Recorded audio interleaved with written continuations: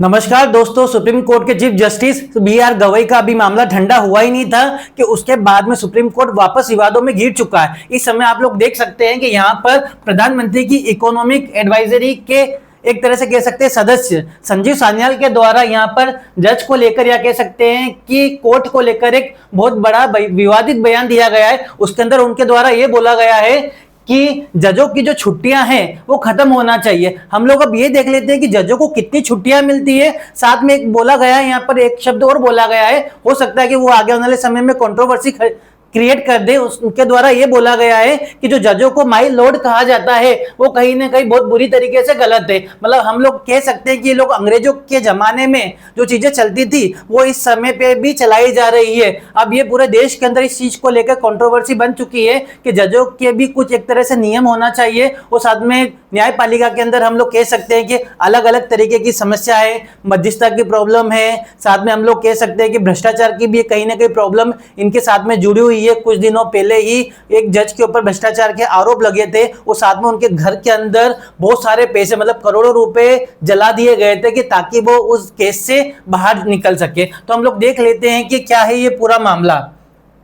Judicial system is the biggest hurdle to विकसित भारत। यहाँ पर प्रधानमंत्री जी के द्वारा जो बात की गई थी कि 2047 तक भारत को एक विकसित भारत बनाना है, हमारे देश को एक तरीके से कह सकते हैं कि दुनिया में पहले नंबर पे पहुंचाना है। मगर जो न्यायपालिका है वो कहीं ना कहीं इस चीज में एक हर्डल बनती जा रही है। हम लोग देख लेते हैं कि किस तरह से ये हर्डल बनती जाएगी।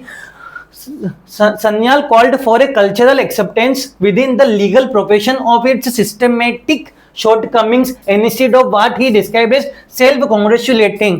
इसका मतलब ये है कि जज जो रहते हैं अपने आप में फूले नहीं समाये होते हैं, उनको एक तरह से कल्चरल एक्सेप्टेंस जो है उसको स्वीकार करना पड़ेगा। उनके द्वारा जी प्रेस कॉन्फ्रेंस की गई थी जिसके अंदर अधिकतर न्यायाधीश भी थे और साथ में वकीलों के सामने प्रेस कॉन्फ्रेंस की गई थी। क्या क्या इसके अंदर शॉर्ट कमिंग्स निकली हुई थी, उसके पहले आप हमारे चैनल को सब्सक्राइब करें, साथ में वीडियो को लाइक और शेयर जरूर करें। यहाँ पर उनके द्वारा पूरी कंप्लीट बात की गई थी। हम लोग इसको पॉइंट वाइज पॉइंट समझने की कोशिश करते हैं क्या क्या बोला गया था। मेंबर ऑफ प्राइम मिनिस्टर जो संजीव सान्याल है वो इनके सदस्य है, उनके द्वारा बोला गया था कि जुडिशियल सिस्टम जो है वो बिगेस्ट सिंगल जो है वो रोड ब्लॉक है अगर हमको भारत को डेवलप करवाना है। इसके साथ में उनके द्वारा बोला गया था judicial system and the legal ecosystem but the judicial system in particular एक तरह से कह सकते हैं हम लोग जुडिशियल सिस्टम की बात कर रखी थी कि बिगेस्ट हर्डल है किसमें, विकसित भारत के अंदर। उसके बाद में बोल रखा था, ये कहां पे बात कर रखी थी, न्याय निर्माण 2025 में एक landmark dialogue hosted by the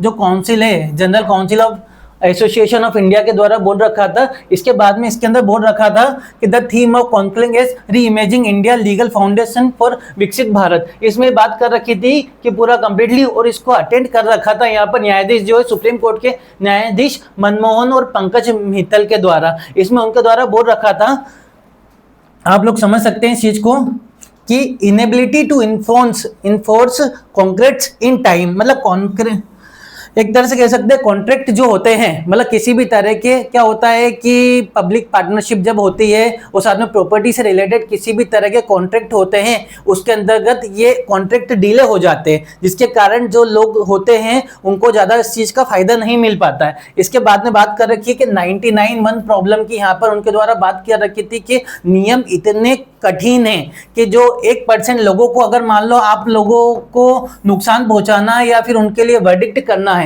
तो इतने कठिन नियमों के कारण ही 99% जो लोग हैं उनको समस्याओं का सामना करना पड़ता है। एक साथ में एक यहाँ पर बात उठाई जानी चाहिए कि जो इनकी कार्रवाई होती है न्यायपालिका में, जो हाई कोर्ट कह सकते हैं या फिर सुप्रीम कोर्ट कह सकते हैं, उनकी जो कार्रवाई होती है पूरी अंग्रेजी में होती है। अगर किसी को अपनी याचिका हिंदी में लगाना है तो उनको जज के द्वारा डायरेक्टली मना कर दिया जाता है। मतलब हमारे भारत जो है एक तरह से कह सकते हैं कि यहाँ पे हिंदी जो है वो राजभाषा के रूप में काम करती है। इतने मतलब करीबन 70% जो लोग हैं वो हिंदी बोलते हैं, उसके बावजूद भी न्यायपालिका की जो कार्रवाई है वो हिंदी में नहीं होती है। ये कहीं ना कहीं सबसे बड़ा ड्रॉबैक हमारी न्यायपालिका का बना हुआ है। इसके बाद में उनके द्वारा बोला गया था लिटिगेशन मीडिएशन। अब हम लोग बात करते हैं मीडिएशन की, जो इनके द्वारा बात की गई है ये बहुत ही इंपॉर्टेंट मुद्दा इस समय पे बना हुआ है। क्या होता है कि मान लीजिए आपका किसी के साथ में झगड़ा हुआ है।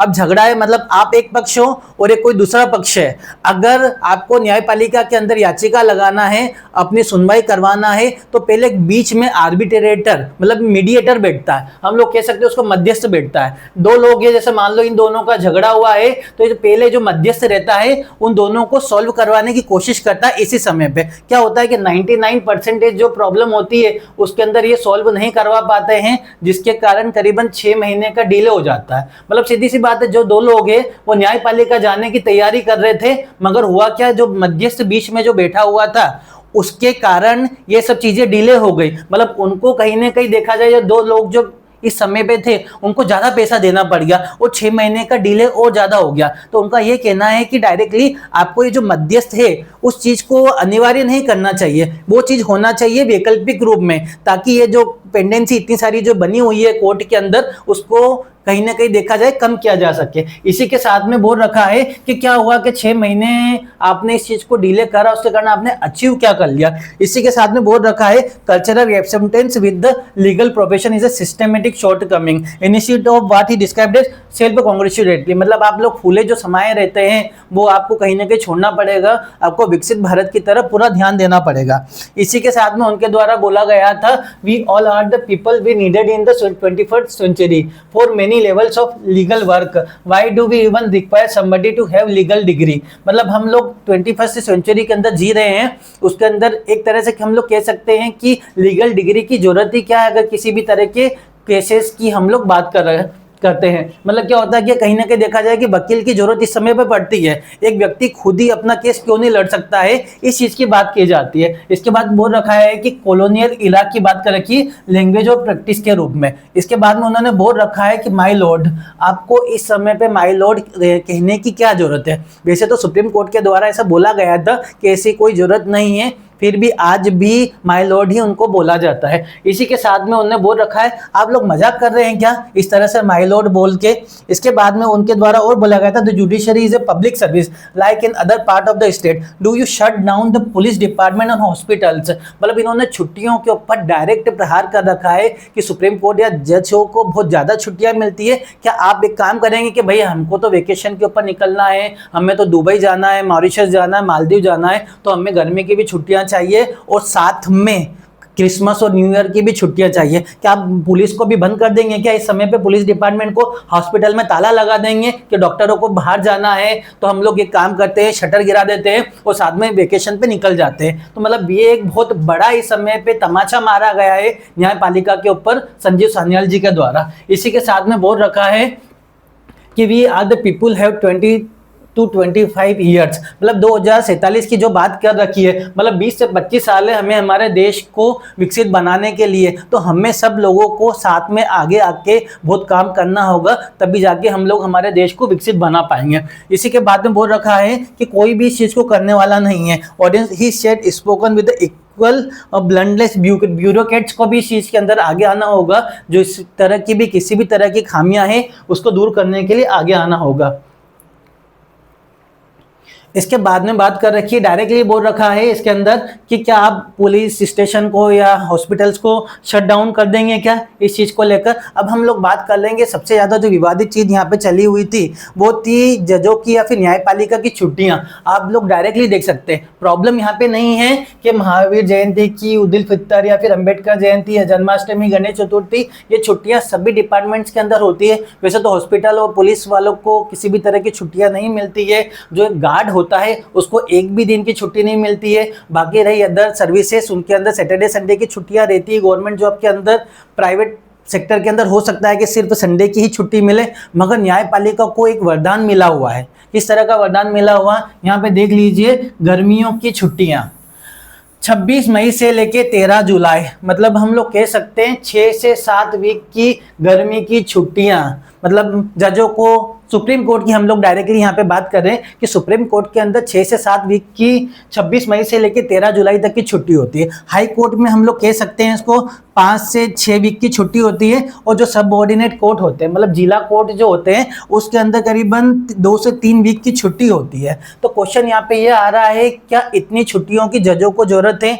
वैसे इसको डिनाई करते हुए जो पुराने चीफ जस्टिस थे BY चंद्रचूड़ जी, उनके द्वारा बोला गया था कि हम 24/7 365 दिन काम करते हैं। मतलब वैसे तो देखा जाए 365 दिन और 24/7 कोई काम करता नहीं है, मगर ठीक है, जज हैं, सुप्रीम कोर्ट के चीफ जस्टिस है, उनका सम्मान है, उनके द्वारा ऐसा बोला गया है। अब बात करें यहाँ पर होली का अवकाश, ये भी अपने आप में 10 मार्च से लेकर 15 मार्च तक की बात की रखी है। ये हम लोग 2025 का लेटेस्ट डेटा की ही बात कर रहे हैं, यहाँ पर पुराना डेटा की नहीं बात कर रहे हैं। अब बात आ रही क्रिसमस प्लस न्यू ईयर का अवकाश, 22 दिसंबर से लेके 1 जनवरी तक भी इन लोगों को यहाँ पर छुट्टियां मिलती है। अब बहुत बड़ा क्वेश्चन यहाँ पर ये उठता है, जब सुप्रीम कोर्ट के अंदर 88,000 केसेस पेंडिंग है, हाई कोर्ट के अंदर भी करीबन लाखों केसेस पेंडिंग है, और सबऑर्डिनेट कोर्ट के अंदर भी इतने सारे जब केसेस पेंडिंग है, तो आपके द्वारा ये जो छुट्टियां, इसको खत्म क्यों नहीं किया जाता है? आप ही लोग जब NJSC को मना कर देते हैं कि भैया इसको वॉइड और शून्य किया जाता है, तो आप भी आइए और इस छुट्टियों को खत्म करने की कोशिश करिए। इसी के साथ में बोला गया है कि अब देख लीजिए, सुप्रीम कोर्ट के अंदर करीबन 88,000 केसेस पेंडिंग हैं। ये बहुत इंपॉर्टेंट चीज है, आप लोग इस चीज को देखने की करिए। एक दिन में करीबन 12 केसेस सॉल्व होते हैं। अब क्या होता है कि रोज करीबन 55 जो केसेस नए आते हैं। जब एक दिन में 12 केस सॉल्व हो रहे हैं, 55 केसेस नए आ रहे हैं, मतलब सीधी सी बात है 42 केस जो है वो रोज बढ़ते जा रहे हैं। इसमें अगर हम लोग देख लेते हैं कि अगर छुट्टियां अगर कम होगी, जो 6-7 वीक की जो बात कर रखी है, 6-7 वीक में अगर कम होगी, तो रोज जो रहेंगे पॉसिबल जो होगा, क्या होगा कि 30 केस जो रहेंगे वो कम रहेंगे। 30 केस कम रहेंगे, मतलब कि पहले 43 केस जो रोज बढ़ रहे थे, वो 30 ही केस रोज बढ़ेंगे। मतलब क्या होगा कि पेंडेंसी स्लोली रिड्यूस हो सकती है। इसी के साथ में बात कर रखी है, जो जितनी भी हाई कोर्ट है उसके अंदर करीबन 6 मिलियन, मतलब 60 लाख केस पेंडिंग है। मतलब बहुत बड़ा नंबर है यहाँ पर, जिसमें से 25,000 जो केस है रोज डिस्बर्स होते हैं, और 30 जो हजार केस है मतलब रोज बढ़ते जा रहे हैं। इसका मतलब आ रहा है कि 5,000 जो केस है वो रोज बढ़ रहे हैं।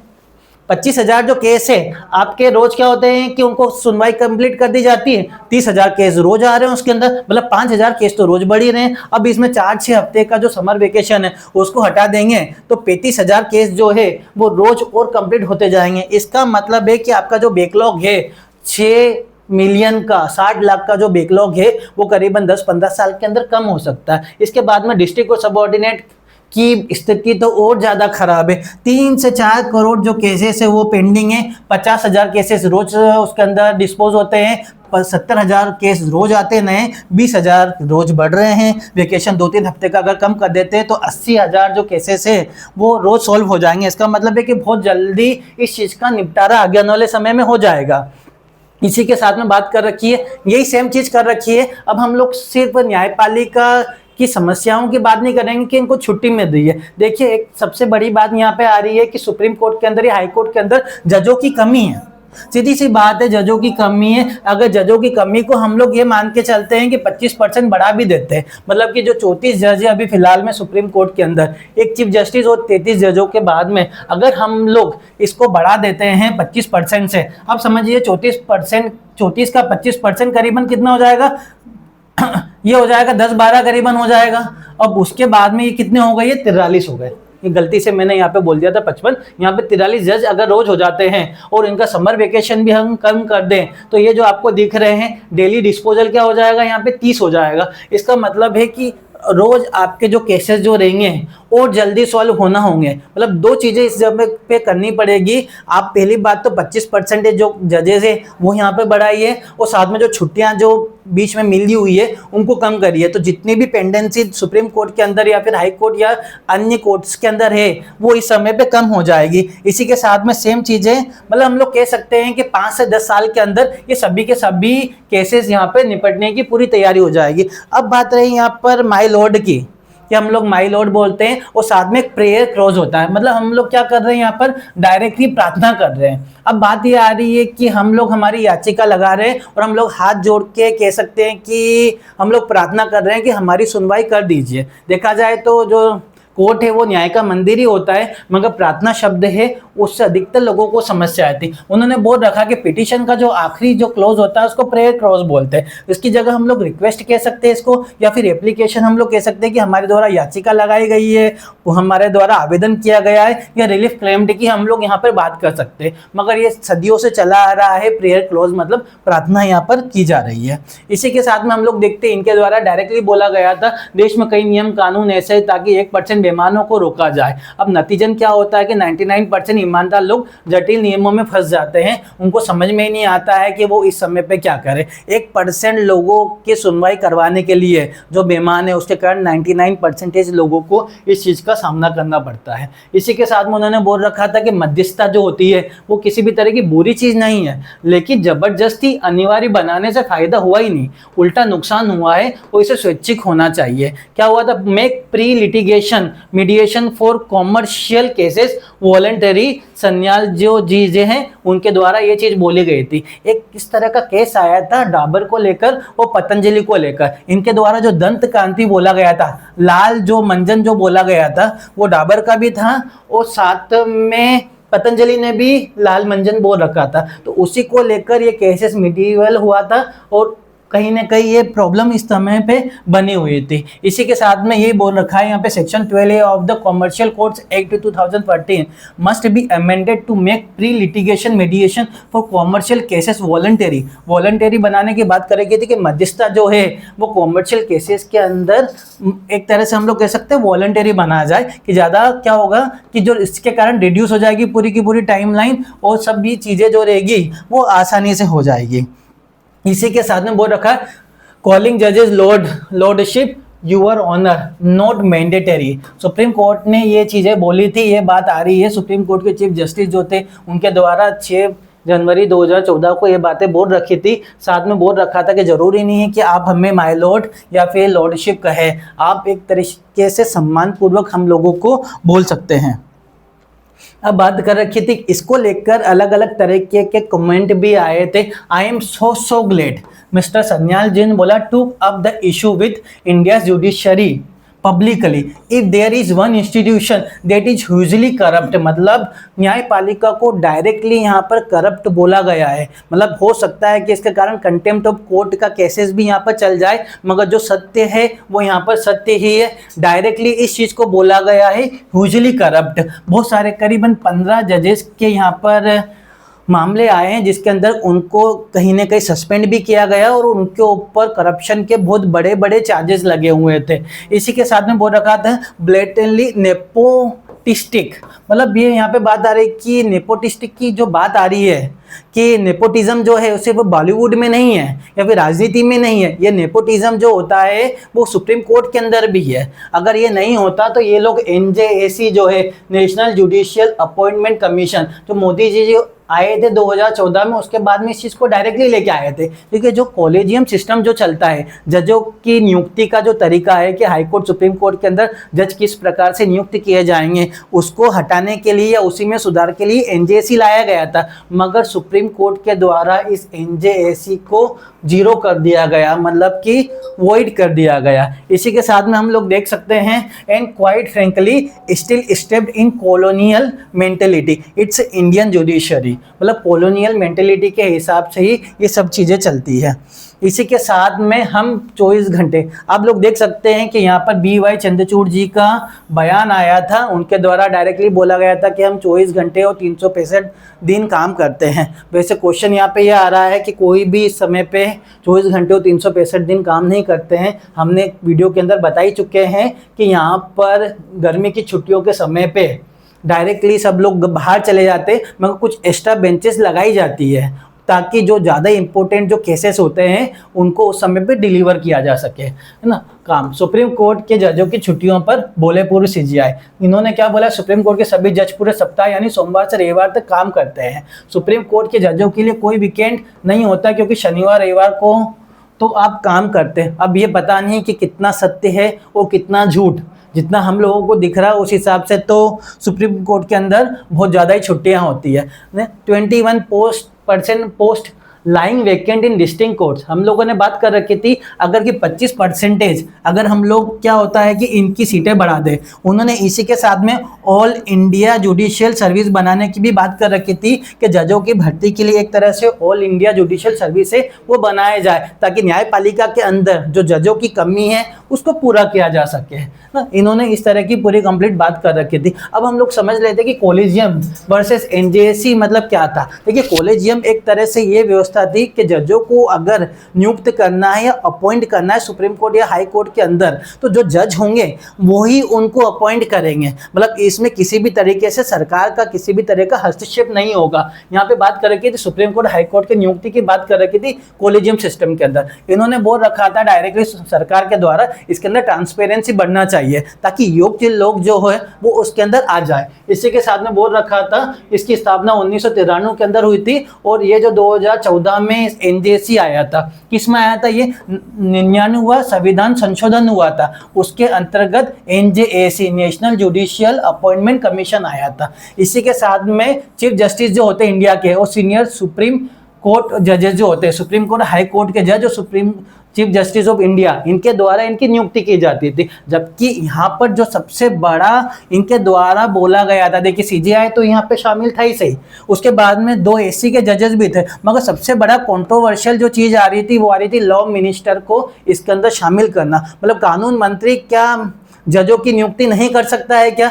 ये क्वेश्चन आ रहा था। साथ में आ रहा है कि 2 एमिनेंट पर्सन भी जो लॉ से रिलेटेड हो वो इनकी जजों की नियुक्ति प्रक्रिया के अंदर शामिल होंगे, मगर सुप्रीम कोर्ट को ये इस बात के कारण तकलीफ थे, इसलिए उनके द्वारा इस चीज़ को मना कर दिया गया था। इसके बाद क्या थी, सरकार का काम क्या था, एक तरह से कि डिसीजन मेकिंग में इस समय पर सक्रिय भूमिका थी, उस समय पर उनकी सक्रिय भूमिका नहीं थी। पारदर्शिता जो थी वो कॉलेजियम सिस्टम में कम थी और इस समय ज़्यादा है। अब क्या है, जजेस का इंटरनल सिस्टम वो इस तरह पे बोलते थे और executive plus judiciary plus eminent person इस चीज़ की बात कर रखी थी। इससे लाभ क्या होने वाला था, जुडिशियल इंडिपेंडेंस जो थी उस समय पे जो थी काहे में कॉलेजियम में सुरक्षित थी, मगर यहाँ पे ट्रांसपेरेंसी बढ़ती, वाइडर कंसल्टेशन होता, अलग अलग तरीके की चीज़ें होती। नुकसान क्या हो रहा था, कम ट्रांसपेरेंसी, नेपोटिज्म के आरोप, इनके ऊपर कॉलेजियम सिस्टम के अंदर नेपोटिज्म के आरोप लगते थे, मगर जुडिशरी की इंडिपेंडेंस खतरे में पड़ सकती है। सुप्रीम कोर्ट ने इस कारण ही रद्द कर दिया था। तो आप लोग समझ सकते हैं कि सारी चीज़ें थी एनजेएसी के अंदर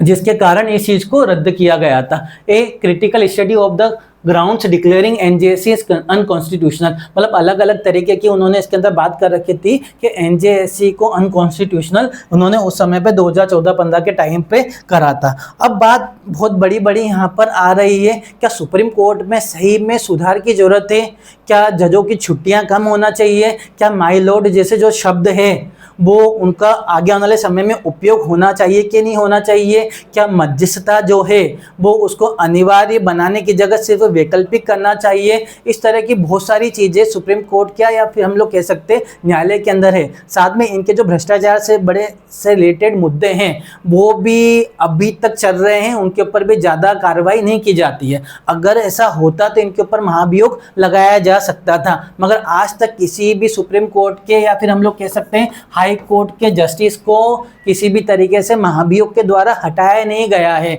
तो यहाँ पर सरकार के द्वारा अभी फिलहाल में कुछ अमेंडमेंट भी लेके आए थे, वक्फ को लेकर भी आए थे, उसके भी कुछ प्रावधानों को सुप्रीम कोर्ट के द्वारा चैलेंज किया गया था, उनको हटा दिया गया था। साथ में अभी लेटेस्ट में सुप्रीम कोर्ट के चीफ जस्टिस के द्वारा भी विष्णु भगवान की प्रतिमा को लेकर कुछ विवादित बयान दिए गए थे, जिसके कारण हिंदू धर्म की जो भावनाएं थी वो आहत हुई थी। तो यहाँ पर सबसे बड़ी बात यहाँ पर ये आती है कि जो न्यायपालिका है, कार्यपालिका और विधायिका है, तीनों में एक तरीके से संतुलन होना चाहिए ताकि देश की प्रगति में पूरा का पूरा योगदान दिया जा सके। तो दोस्तों आप लोगों को क्या लगता है कि यहाँ पर न्यायपालिका में सुधार की जरूरत है या नहीं है? अपने जो जवाब है वो कमेंट बॉक्स में जरूर दें।